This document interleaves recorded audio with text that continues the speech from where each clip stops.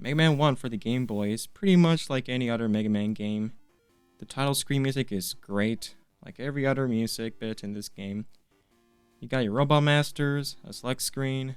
When you beat a Robot Master, you receive their weapon, which can make some stages and Robot Masters a bit easier.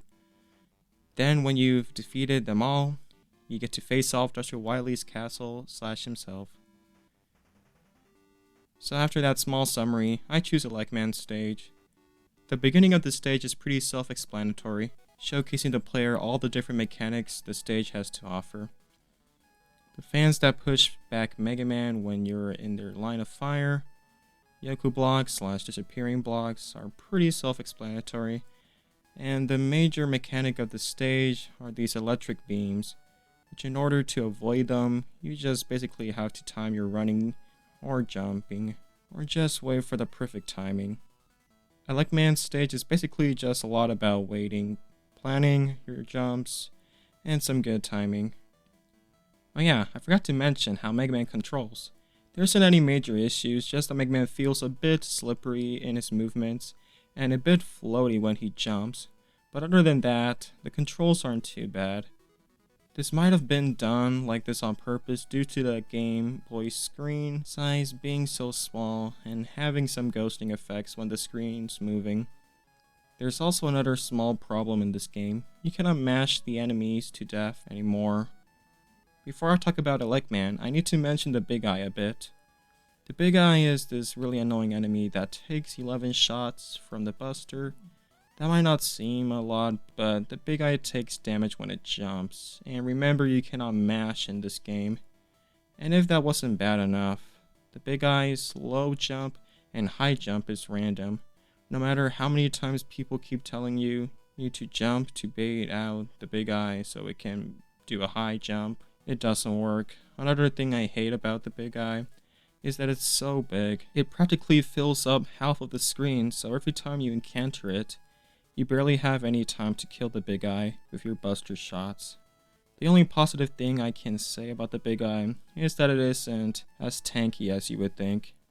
Anyways, rant done. At the end of the stage you go down a hole and past the gate with Dr.Wily's logo on top of it to fight the boss of the stage you selected. In my case, I chose a Like-Man stage first. A Like-Man's fight goes like this. If you press the shoot button, a Like-Man will jump before he has a chance to attack. And if you don't do that, he will shoot his attack in some very specific areas on the floor. But it doesn't matter because if you dodge one of his attacks, he will shoot his other attack before Mega Man lands on the ground, due to him getting to his specific area on the ground so quickly due to his speed. So the fight is generally flawed in a way.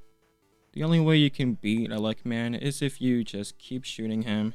So it's kinda like adding glue to your mother's broken vase. Sure, it solved the core problem, but people still can see the mistake you have made. I don't really know what to think of this boss. If you want a fair fight, you get your behind handed to you.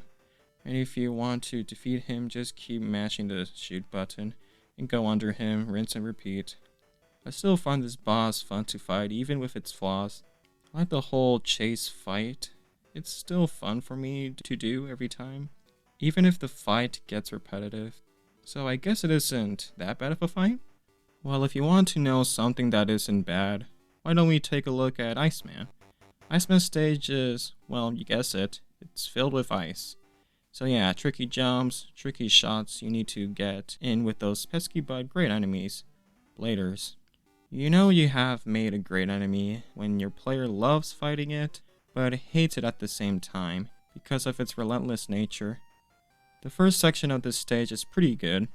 The bladers are a treat to shoot them due to the uneven terrain. The other section of the stage is pretty tough with these melting blocks and icicle patterns, which requires tight maneuvers, which usually kills a lot of new players. The final section of these swarm enemies is kind of relentless. When these swarm enemies shoot out their bacon enemies, or whatever you want to call them, they shoot them like pretty quickly with a pretty high or low arc depending on where you are. But at the same time, if you leave those bacons on the ground for too long, they will start jumping towards you. So it's pretty hard to avoid them. So this section is kind of hard, but also pretty fun. It kind of makes you rush to kill the bacon machine immediately if you see it on screen. If you manage to survive all of that, you get to face off Iceman. Iceman himself is pretty easy. All he does is shoot an icicle coming at you and on top of you. So you got to time your jumps precisely. If not, Iceman's icicles will do 8 hit points of damage. Kind of harsh. Either way, I still love dodging Iceman's grouped up icicles. But man, they deal some damage. But still a fun fight and stage nonetheless. Now time to raise the temperature because we're going to talk about Fireman's stage. Also himself, of course. Fireman's stage is pretty great. The stage is filled with these tackle fire droppers, fire pillars, and one-block platforming, my favorite. This stage is a lot about taking your time with these obstacles shown to you. The first section of this stage has some octopus batteries, which aren't a problem. This stage is pretty generic, so I will just skip through some sections in this stage that aren't that interesting, so heads up. This stage doesn't have too many things going on with it. There are some sections that repeat a few times, like these tackle fire droppers. These bladers try to knock you down in the lava, while platforming on the one-block platforms, and also timing jumps with these fire pillars. So all that said, let me mention one enemy in this stage that I hate, the hotheads. The reason why I hate this enemy is because of its weird shooting arc aim. Sometimes the hothead will shoot behind, in front, or on top of Mega Man. Besides that enemy, there's another mechanic in this stage that I don't hate, but it has some problems. This flame row thing that is traveling on these tiles. This flame mechanic is hard to get used to due to the missing frame / sprites, however you want to call it, of the flame, and Mega Man's slow movement speed in this game makes this mechanic hard to get used to. This mechanic could have been better if the flame had more frames or sprites for more fluent animation so that you can get used to it easily. Then it wouldn't be easier to get the timing down, but how it is now, it's a really strange mechanic to get used to. What isn't strange, and it's pretty well made, is Fireman. Fireman's pattern is pretty great.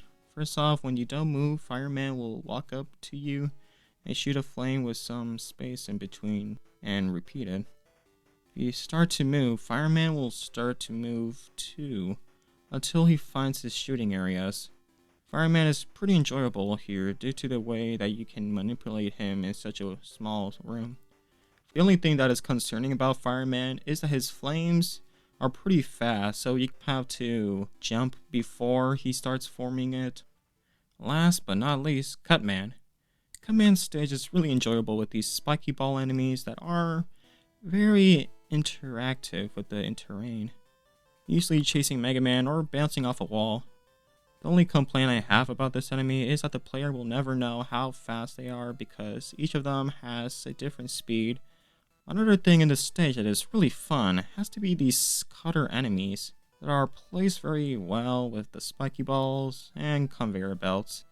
For me, everything I got hit in this stage, I always felt like it was my fault and not the game with bad enemy placements or bad terrain. Anyways, the first section of this stage is fun with the spiky ball enemies. A few screw bombers that are well placed, but the speed is way faster than Mega Man, so you have to get used to the timing and timing jumps, and aligning yourself to avoid those ridiculous fast shots. The other sections of the stage is pretty great, with some well placed screw bombers, spiky balls, sniper joes, and the cutters. Oh man, but the last section of this stage is really fun with these little cutter puzzles. It really makes you think of different scenarios on how to pass them. Well, if you have Ice Slasher, you can just negate that entirely. Well, as always, there's a Robot Master at the end of every stage. So time to talk about Cutman. Cutman is a pretty well designed Robot Master for the most part. His fight is pretty simple. He'll start charging at you, then he'll stop at one specific tile, then he'll shoot his cutter at you, and then when you dodge that, then he'll jump over you, and then rinse and repeat. Sometimes this pattern might get cut off for some reason, but other than that, he'll just keep repeating that. The fight is really enjoyable, but there are some issues with it. First off, Cutman shoots his rolling cutter way too slow, while the other enemies in the stage, aka Screw Bombers and the Sniper Joes, in his stage shoots way faster. So it's hard to get used to Cutman's rolling cutter speed. Second off, when Cutman jumps over you, it doesn't always work. It will work if you have a bit of space and just fully commit running towards Cutman, trusting that he'll jump over you or stop and shoot. So it's kind of a guessing game, but still a fun fight with some minor issues. Now, after all the Robot Masters are defeated, we get to enter Dr. Wily's castle, which is usually the big test of the game because all the mechanics from previous stages come back and weapons will become useful. But first off, the first Wily stage has some amazing music, just awesome. Right at the start of the stage, there's already a life pickup, which is mainly there just to make the player use a newly equipped platform item you get when you defeat the 4 previous Robot Masters. Oh, and also there is a big weapon energy. This is a good thing because later on you would have to master this platform item to get some goodies out of your reach, to save yourself from falling down to your doom. But I will talk about that later. Now I'm just mainly going to focus on the stage first, and then how useful are the weapons in this game. The first Wily stage is what you expect from a Wily stage. Well, for the most part. It challenges you with everything you've learned before. The first room of this Wily stage is fine if you're not holding left when you drop down to the room, but the way it is, they should move this octopus battery / Susie at least 1 block farther from the wall. At least the rest of this stage is pretty fun with these good placement. I can't find anything bad with these rooms. They all are really fun with enemies and gimmicks working wonders together. Except for this room with the big eye, and y'all already know, the big eye is hard to dispose of with the Buster. So weapons are pretty much mandatory to get rid of it immediately if you don't want to take a bunch of damage. Sure, you can kill the big eye with the Buster instead of the weapons, but it's pretty much like eating cereal in a cardboard box with milk. Sure, it's possible, but why not just use a bowl? You're overcomplicating things for no reason. Another section that is better to pass with weapons instead of using the Buster so your thumb doesn't die of mashing a lot. Well anyways, these enemies are called moles, and they pretty much work like this. They won't spawn under Mega Man, and you always have a small window to pass them when they are cooling down. For me personally, I never liked this enemy due to them slowing down the gameplay immensely, mainly because there are so many in front of Mega Man at once that it's kind of hard to kill because they take a lot of damage too. The only thing worthwhile about them is that they make a great farming spot for goodies. But other than that, this enemy isn't as fun as I would hope it would be. After that tiresome mole section, you get to fall down and miss some weapon energy if you are unlucky. Barely get killed by those spikes, you might fall down on that hothead or instantly get hit by that elect beam if you're not ready for it with the item platform. And the final straw that broke the camel's back is at the bottom of this screen, except for these 2 block spaces, is covered with insta-kill spikes. Yeah. There must have been another way to show the player that they must have the platform item equipped when falling in this section. Well, at least after that section, we are back to some good old platforming goodness. With a fun little surprise at the Joe waiting all this time to jump. Some people might hate this surprise due to the Joe's bullets being so fast that you gotta jump before he's about to shoot. But I like it still. Mets are fun as usual, and the terrain complements their designs pretty well. Also, bladers are fun too, as usual. More fun map placements, but these can run, so don't miss your shot. After that, there are some weapon and energy pickups, but of course, with some challenge behind it. And then there's bacon machines, which is too low, so weapons, again, are pretty useful in this stage. Here's another room with insta-kill spikes and a single block platform, which is most likely anybody is going to land there on the first place. So once you have carry item ready, every time you are falling down a screen, just in case. I still don't like these rooms, even if there's a way to save yourself. The rest of the stage isn't too bad. There are a few nice sections like these elect beams, these fans causing hard but fun challenge when you get the hang of it. But sadly the moles return again in this stage, and it's even a longer section than the ones before. So once again, just let the moles munch on your weapon energy.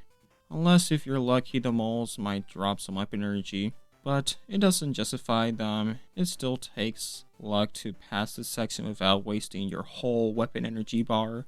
This section just takes a lot of patience, which most players will just rush through and hope for some energy drops.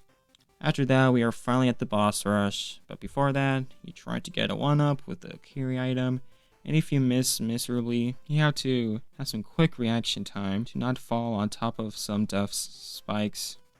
Kind of harsh, but it's for a 1-up, so I can justify it. Anyways, let me summarize what is a boss rush if you don't know. So a boss rush is basically a Mega Man tradition in which you have to rematch, or in this case, fight some new Robot Masters from the NES Mega Man sequel. Well, here's the new Robot Masters roster. We got Heat Man, Bubble Man, Flash Man, and Quake Man. How in hell are they gonna make Quake Man's fight work in such a small room? It didn't even work at all in Mega Man 2. So I wonder, how is he going to be any better here? Well, surprise surprise, Quake Man is still not fun to fight at all. And it's even worse here. First off, Quake Man is too fast for this screen. Lastly, Quake Man's boomerangs covers up the whole screen, which is impossible to dodge when he is charging at you. Well, at least Heat Man isn't all that bad. The only major problem with his fight is that his dash attack, which occurs every time you shoot him, is way too fast. But anyways, when Heat Man does his dash attack, he might just rush you sometimes when you are trying to get to the other corner of the screen, or side, however you want to say it. Other than that, it's fun to dodge his 3 fireball attacks, or attack, and his dash too. Well, that was a fun little Robot Master, but now let's go to the other side again. This is Bubble Man. There are no redeeming factors about him. Y'all probably just realize how bad his fight is just by watching the footage, but I'm going to explain it anyways. Bubble Man's attacks encourages you to stay far away from him, but that's the complete opposite on what you're supposed to do. To dodge all of his attacks, you have to first jump over the row of shots, then dodge the bubbles one by one. After that, you have to stay near him and wait until he lands to make a mini jump so you don't hit your head on the bubbles. Then after all of that, you go to the other side, rinse and repeat until Bubble Man withers away slowly. Other than that, Bubble Man's weapon is okay, but we have so many better options. So yeah, as I said, Bubble Man has no redeeming qualities, sadly. We finally got the last Robot Master that is pretty good if I do say so myself. That Robot Master being Flashman. Flashman isn't too bad. His moves consist on him jumping when you shoot and stopping time to shoot a barrage of bullets spaced out from each other, so you might have a chance of dodging it if you place yourself correctly. He'll do that attack on a specific timing. All in all, his fight is kind of fair and fun. When the former Robot Masters are defeated, a new foe gets unlocked. This new foe is called Enker. You might have noticed I didn't call Enker a Robot Master. That's because Enker is to be considered a Mega Man killer. Enker himself has a pretty fun boss fight, I must say. There is only one issue with him. It's a pretty minor issue because some of the Robot Masters have this issue too. That issue being Enker is just way too fast with his running and jumping. It's so fast, in fact, most of the time you barely have any time to react if he chooses one of those two attacks. So what happens often is that you have to choose to jump or not, depending on if he chooses to run or jump to the other side of the room. So that's the main problem with Enker. Other than that, Enker is pretty great for a Game Boy Robot Master, with his Mirror Buster and fast attacks. Simple but really well done for such a small screen. So we are finally at the last stage, which has some good music, I guess? It feels kinda weird having such jolly tunes when we are trying to kill Wily. Also, this seems like a good time to go over the weapons in this game, due to them being pretty useful in this stage. So we got Firestorm, which creates a temporary shield that does decent damage over time, and also shoots a straight line fireball that annihilates 1 hit point enemies. It's a pretty good weapon for those pesky enemies with a few hit points. Next weapon on the list is the Elect Beam, which can shoot 3 Elect Beams in different directions, 1 up, 1 down, and 1 that goes straight.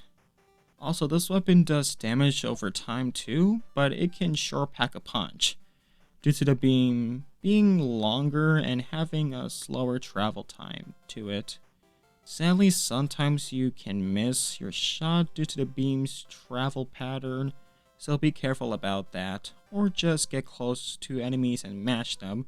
But that doesn't work either because the Elect Beam pierces through everything, so I guess just have good aim.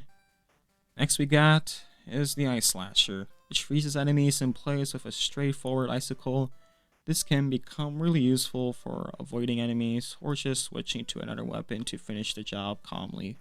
It's a solid weapon if you want to skip Big Eyes, if you time it correctly. Final weapon of the original set of Robot Masters is my personal favorite, the Rolling Cutter, which does damage over time too.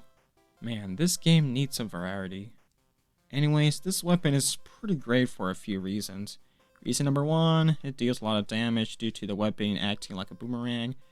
Final reason is that with its unique shot arc, it can take care of enemies that are just too low for the regular Mega Buster. The first starter Robot Masters are pretty great with their weapons. Now let's see how the newer ones compare. First off, we have Bubble Lad. It sucks. Well, to be fair, there are only a few enemies on the ground in this entire game, but at least the weapon does some good damage, and only uses 1 weapon energy bar. Also, the weapon travels quickly, so you can kinda rapid fire it. I like the idea of this weapon, even though most of the time you won't think twice to use this weapon in most circumstances, or in any. Next weapon in the line of failure is the Atomic Fire. Once again, I like the idea of the Atomic Fire being the first chargeable weapon in Mega Man, but here's the problem. The uncharged shot barely does any damage. You can only shoot 1 on screen, and finally, when you have your fully charged Atomic Fire, it does a ton of damage, but it takes a huge chunk out of its weapon energy bar. At least there are a few instances you'll see some use out of it, mainly to break these metallic boxes that are blocking some weapon energies and more. Overall, I don't hate this weapon. It's pretty fun to charge it and do tons of damage, but it takes forever to charge, so never mind. There's no redeeming factor about this weapon, sadly. I kinda still like it though. Next weapon from Mega Man 2 isn't too bad, being honest. We are going to talk about Quick Boomerangs, which is pretty ironic that the name of this weapon implies that it is quick, but in reality, it is pretty slow. It also has the same arc from the Rolling Cutter. It doesn't use that much weapon energy, so you can spam the weapon pretty well. The only problem that I have with this weapon is that it doesn't do too much damage, so I just end up using the Rolling Cutter instead. As I said, the weapon isn't bad, but we already have a weapon that outshines it. We are finally at the last weapon, and as always, I like to leave the worst for last. So brace yourselves, and behold, Time Stopper. Time Stopper sounds like a great idea for a Mega Man weapon. You stop things in place, and that's it pretty much. What is there not to love about this weapon? But there's only one little problem. When you use the time stopper, you cannot stop time, ironically. So you just have a few seconds until the weapon energy withers away. This problem could have easily been fixed if the weapon allowed you to pause it, or just don't have the weapon energy run out so quickly. Now that I finally showcased the weapons, I can finally talk about the final stage of this game. So we spawn in, and man, this stage with these tile sets and this background is on point. Well, until that happens. That's nice. When you spawn in, the Sniper Joe shoots you immediately. A cold awakening to one of the most unfair stages in this game. Due to these Yoku block patterns, putting Yoku blocks on top of one and another, and this long hallway filled with big eyes and more. The first section of this stage isn't too bad. Sure, the spine is placed awkwardly, but other than that, this section is pretty good in making you think, maybe I should use a weapon here. Once again, we got one of these rooms that you can die at if you're not lucky enough. So I don't have to feel like I have to mention most sections in this stage, due to me pretty much explaining every enemy in this game, and if I haven't, then it's due to the enemy being self-explanatory just by looking at what it does. But there's also one last section that isn't as bad as those, which is this ladder section. This ladder section is annoying, mainly when you get to the left ladder where the PPs spawn from. So it's a really cramped section that pretty much demands the player to use weapons. You can do it buster only by luring the egg away, so you can make a bit more space between you and the PPs. Other than that, there is one more section in this stage that is kinda scummy. This last section is, of course, spikes being placed close to transitions that barely gives you time to react. My favorite. Other than that, the bad sections in this stage aren't that bad to ruin the whole stage. Sure, they are annoying, but you will get used to them by playing often. But it's still annoying and frustrating nonetheless. The rest of the screens of this stage are fun, challenging side-scrolling action that combines great enemy placements and mechanics/gimmicks from the Robot Master stages that work well. Sadly, not every mechanic/gimmick comes back, like the ones from Fireman stage and Iceman stage. After that somewhat fun/annoying stage, we face off Dr.Wily.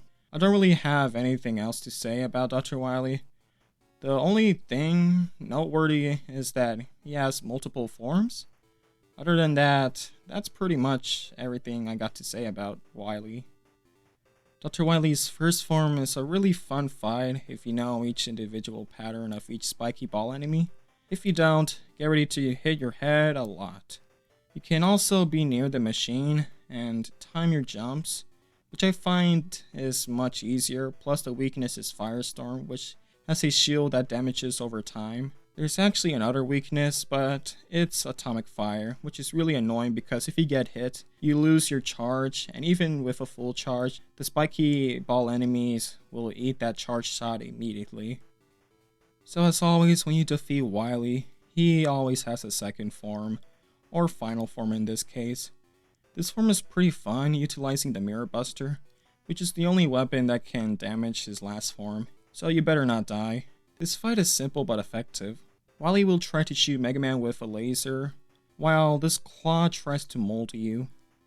Fight is pretty fun, but also pretty underwhelming for a final boss. Sure, some people might find this extremely hard, but for me personally, it's way too easy for a final boss fight, due to the only real threat in this fight is the claw. Other than that, the final boss of this game is pretty fun, like this entire game. Sure, this game is a lot about waiting and thinking, which some people are not a fan of. Some cheap kills here and there, the big eye only takes damage in mid-air, and the game can feel real cramped at times. Sure, the game has some negatives, but for me, I think the positives outweighs the negatives. Like good level design with fair challenge, well, for the most part. Good weapons that come in handy, fun boss fights, great music, and overall the presentation looks good. So, is Mega Man Dr. Wily's Revenge good or bad? Mega Man Dr. Wily's Revenge is a good game. Even with all of its negatives, I feel like the positives still makes this a good platformer. I would recommend this game to people who like taking their time with things and wanting to better themselves. But if you are the type of person or player that likes to go fast, just make sure to learn every position, or else you're going to get your ass handed to you.